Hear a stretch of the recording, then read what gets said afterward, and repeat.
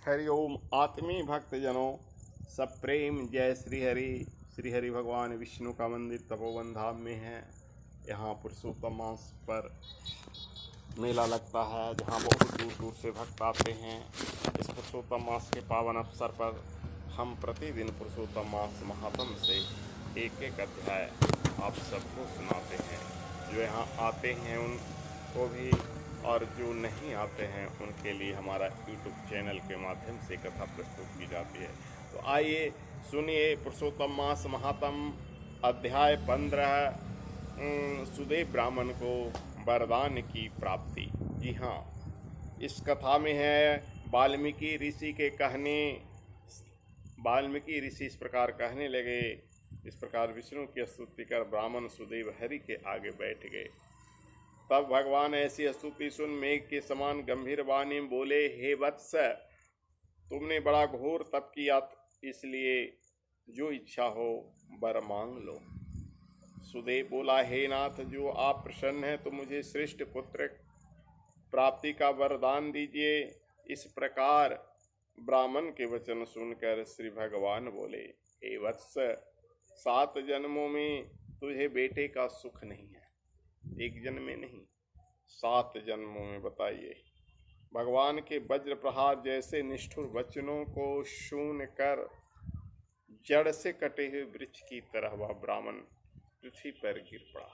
क्योंकि इतना बड़ा भयंकर बात सुनकर तो उसकी आत्मा हतोत्साहित होगा ही। कितना कठोर तप किया था बेचारा। गौतम अपने पति को इस प्रकार पड़े हुए देखकर गौतमी अपने पति को इस प्रकार पड़े हुए देखकर अत्यंत दुखी हुई और स्वामी को पुत्र सुख से रहित देखकर रोने लगे। फिर वह स्त्री धैर्य धारण कर अपने पड़े हुए पति से इस प्रकार बोली, हे नाथ, धीरज धारण कीजिए, उठिए। जो विधाता ने लिख दिया है वह सुख अथवा दुख अवश्य ही भोगना पड़ेगा। इस प्रकार उस स्त्री के तीव्र शोक से युक्त वचन सुनकर दुख से कांपता हुआ गरुड़ विष्णु भगवान से कहने लगा।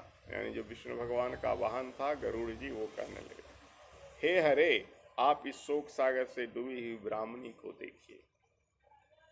हे दीनबंधु, मेरी आपसे प्रार्थना है कि इसको पुत्र दे दीजिए। तब भगवान बोले, हे गरुड़, इस प्रकार ब्राह्मण को मैं एक मनोगत पुत्र शीघ्र दूंगा। नहीं भी लिखा हुआ है तो एक पुत्र दूंगा।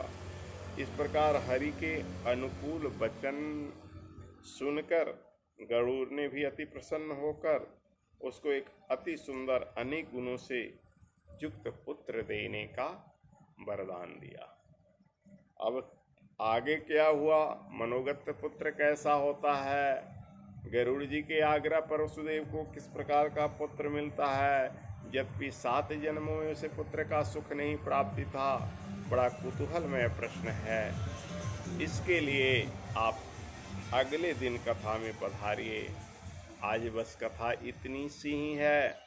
विष्णु भगवान की कृपा पाने के लिए एक एक अध्याय भगवान श्री हरि के मंदिर से यह कथा सुनाया जाता है। प्रति अध्याय एक दिन और 16वां अध्याय कल होगा। तब तक की प्रतीक्षा कीजिए। हमारे चैनल पर बने रहिए और नए हैं तो सब्सक्राइब कीजिए, पुराने हैं तो लाइक और शेयर कीजिए। बस भक्तजनों, आप पर सदैव विष्णु भगवान प्रसन्न रहें, यही ठाकुर जी से हमारी प्रार्थना है। बोलिए वृंदावन बिहारी लाल की, तपोवन वाले बप्पो की, श्री हरि विष्णु भगवान की, राधा कृष्ण की, पुरुषोत्तम मास महात्म की, पुरुषोत्तम भगवान की।